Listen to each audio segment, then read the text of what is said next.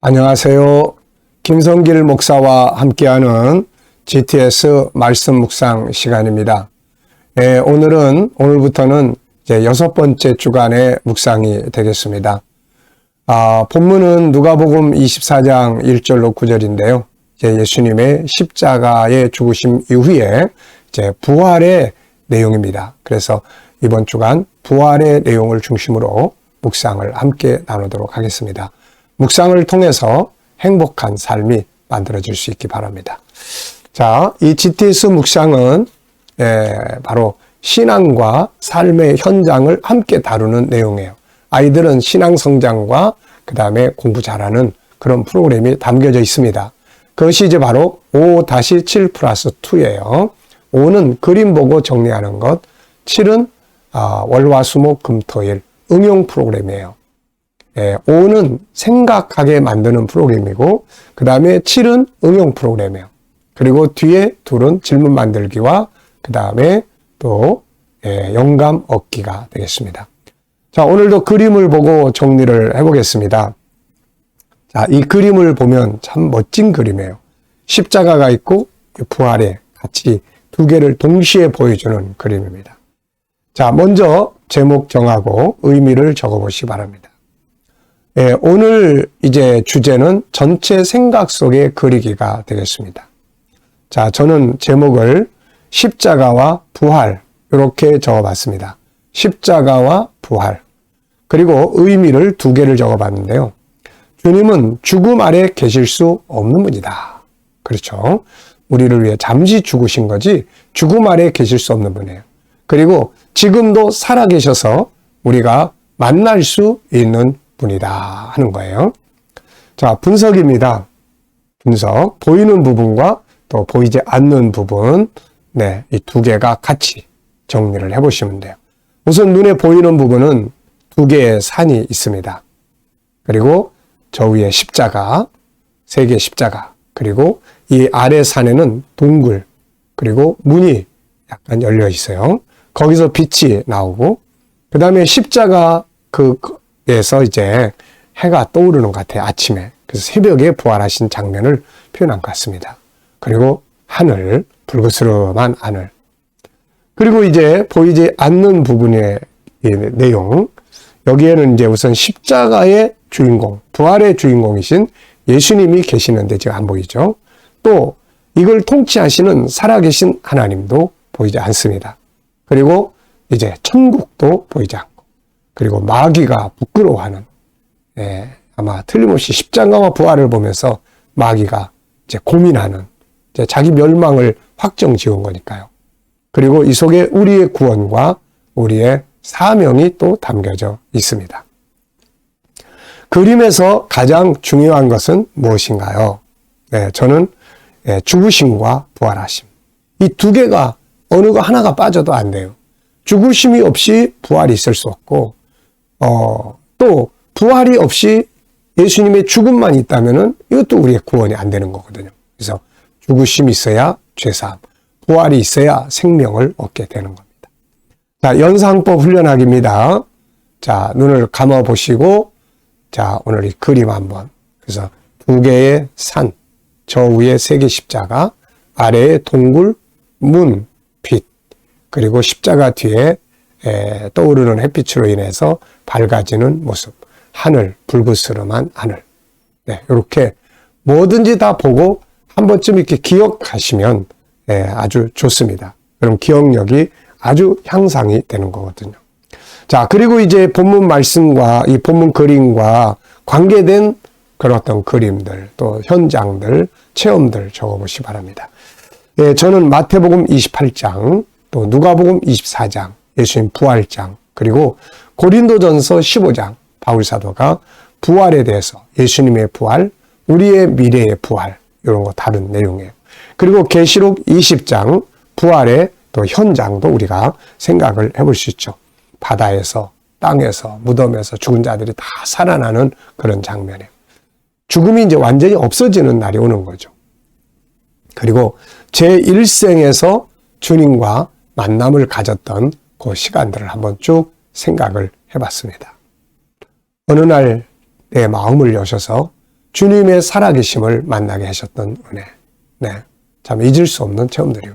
지금은 이제 주님과 늘 소통하면서 사는 삶을 살고 있습니다.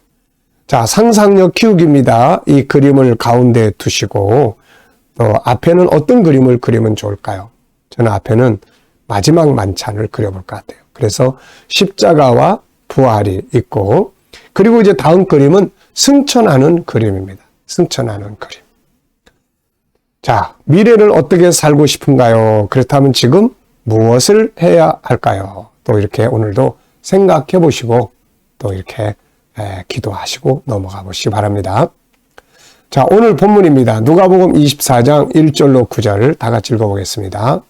안식 후 첫날 새벽에 이 여자들이 그 준비한 향품을 가지고 무덤에 가서 돌이 무덤에서 굴려 옮겨진 것을 보고 들어가니 주 예수의 시체가 보이지 아니하더라. 이로 인하여 근심할 때에 문득 찬란한 옷을 입은 두 사람이 곁에 섰는지라. 여자들이 두려워 얼굴을 땅에 대니 두 사람이 이르되 어찌하여 살아있는 자를 죽은 자 가운데서 찾느냐. 여기 계시지 않고 살아나셨느니라. 갈릴리에 계실 때에 너희에게 어떻게 말씀하셨는지를 기억하라. 이르시기를 인자가 죄인의 손에 넘겨져 십자가에 못 박히고 제3일에 다시 살아나야 하리라 하셨느니라 한데 그들이 예수의 말씀을 기억하고 무덤에서 돌아가 이 모든 것을 11 사도와 다른 모든 이에게 알리니. 아멘. 자, 감사한 일 또 적어 보시기 바랍니다. 어제 하루 지내시면서 감사했던 것들, 오늘 하루 시작하면서 감사한 일들, 그리고 또 미래를 생각하시면서 감사한 일들. 저는 미래의 제 비전들을 놓고 하나님이 이걸 이루실 것을 생각하면서 감사를 적습니다. 자, 오늘의 주제가 전체 생각 속에 그리기예요. 근데 이 전체를 생각 속에 그려넣기 위해서 꼭 필요한 것들이 있어요. 시작과 끝부분 기억하기, 구조 정하기, 그 다음에 스토리텔링 하기, 그 다음에 제목 정하기. 요것을 하면은 우리가 전체 내용을 내 안에 담을 수 있거든요. 아이들하고 학습 지도할 때도 이 공부한 내용을 스토리로 이야기해보게 하면은 잘 안 잊어버리고 잘 기억할 수가 있게 됩니다. 자, 오늘 본문에서 시작 부분과 끝 부분 기억하기입니다. 자, 시작은 여인들이 향품을 가지고 무덤에 올라가는 내용, 끝부분은 여인들이 주님의 말씀을 기억하고 제자들에 가서 이야기해 주는 내용. 네, 그러면 가운데 거 쭉 기억할 수 있죠. 자, 구조 정리합니다. 구조. 이 구조를 딱딱딱 정해보면은 또 본문을 잘 안 잊어버려요. 저는 구조를 3, 4, 2 이렇게 적었어요. 3은 1절로 3절인데 여인들이 향품을 가지고 무덤에 올라가는 장면. 네, 무덤 문이 열려 있고 안에 들어가 보니까 주님 시체 안 보이고 이 내용이에요. 그 다음에 이제 4는 아주 찬란한 옷을 입은 그 두 사람이 섰는데 이들이 이제 하는 이야기들이죠. 예수님은 여기 계시지 않는다. 어째 산 자를 죽은 자 가운데 찾느냐. 그분이 갈릴리에 계실 때 어떤 말씀하셨는지 기억해라. 예, 그때 이 여인들이 딱 기억하고 이제 돌아가는 장면이죠. 자, 천사들의 이야기. 그 다음에 뒤에는 이예요. 이거는 이제 여인들이 주님 말씀을 기억하고 돌아가는 거예요. 그래서 신앙은 항상 주님이 하신 말씀을 그걸 기준으로 해야지 자기들 기분이나 상황에 따라서 가는 건 올바른 신앙이 아니에요. 자, 스토리텔링입니다. 본문의 내용을 이야기로 만들어 보면은 이제 아주 기억하기가 좋죠. 아이들이 학습 능력을 향상시키기 위해서 이 스토리텔링을 많이 하게 하는 게 아주 좋습니다. 애들이 학교 갔다 오면은 한 번쯤 오늘 공부했던 내용들을 스토리로 이야기해 보게 하는 거. 이거 아주 복습에 좋은 효과예요. 자, 제가 이제 정리한 이야기 스토리텔링을 한번 읽어보겠습니다. 주님은 십자가에 죽으시고 무덤에 장사되었습니다. 안식 후 첫날에 여인들은 준비된 향품을 가지고 무덤으로 올라갔습니다. 그런데 무덤의 문이 열려 있고 안에 들어가 보니 주님의 시체가 보이지 않았습니다. 이때 흰옷 입은 두 사람이 곁에서 말했습니다. 어찌하여 산 자를 죽은 자 가운데서 찾느냐? 그가 살아나셨고 여기 계시지 않느니라. 그가 갈릴리에 계실 때 하신 말씀을 기억하라. 보라, 내가 죽고 난 후에 3일 만에 다시 살아날 것이라고 하셨지 않느냐. 이때 여인들은 이 말씀을 기억하고 즉시 돌아가 11 제자와 다른 사람들에게 이야기를 했습니다. 자, 그럼 벌써 내 안에 이게 다 들어와 있잖아요. 스토리텔링. 네. 자, 네 번째는 이제 본문 제목 정하기입니다. 제목 정하기. 자, 본문의 제목 뭘로 정하면 좋을까요? 저는 여러 가지로 적어봤는데요. 왜 여인들은 무덤으로 올라갔을까? 또 무덤으로 올라간 여인들, 주의 말씀을 기억하라. 열정을 가진 여인들, 살아계신 예수 그리스도, 신앙의 기준 이렇게 적어봤어요. 그리고 혹시라도 아이들과 할 때, 같이 할 때 아이들이 본문의 제목을 잘 못 정하면 자기 생활에 여기 있는 것처럼 삶의 부분에 대해서 제목을 정하라고 해보면 잘 정합니다. 뭐 저녁 식사의 제목, 또 하루 일과의 제목 이런 것들을 정해보라고 그러면 아주 잘 정합니다. 그렇게 활용을 하시면 돼요. 중요한 거는 생각하고 말하게 하는 거니까요. 자, 다섯 번째는 이제 질문 만들기예요. 질문이 없이는 변화와 발전도 없습니다. 공부 잘하는 방법은 질문 잘하는 거예요. 자, 본문에서 2개 만들어 보는 건데요. 저는 이렇게 적겠습니다. 첫째, 여인들은 왜 무덤에 올라갔을까? 주님 말씀을 생각하지 않기 때문에 자기들의 감정에 따라서 올라간 거예요. 열정은 있으나 문제가 있는 신앙이죠. 두 번째입니다. 신앙의 기준은 무엇인가? 신앙의 기준은 말씀, 주님의 말씀을 기억하는 거예요. 그래서 우리가 어떤 일을 할 때도 주님, 이럴 때 제가 어떻게 행동을 해야 될까요? 그리고 말씀을 기억하고 말씀을 떠올려 보는 것이 아주 중요합니다. 오늘도 어떤 일을 하실 때 자기 감정대로 하지 말고 주님, 이럴 때 제가 어떻게 하면 좋을까요? 그리고 주님의 말씀을 좀 떠올려 보면서 해보시기 바랍니다. 자, 그리고 이제 인생에 대한 질문을 만들어 보는 거예요. 자, 저는 이제 이렇게 만들었어요. 내 인생을 성공하기 위해서 필요한 것들은 뭔가? 5가지 적어봤습니다. 첫째, 하나님 만나고. 둘째, 하나님의 계획, 인류 구원 계획 바로 알고. 셋째, 하나님의 형상대로 만들어진 참 나를 알고.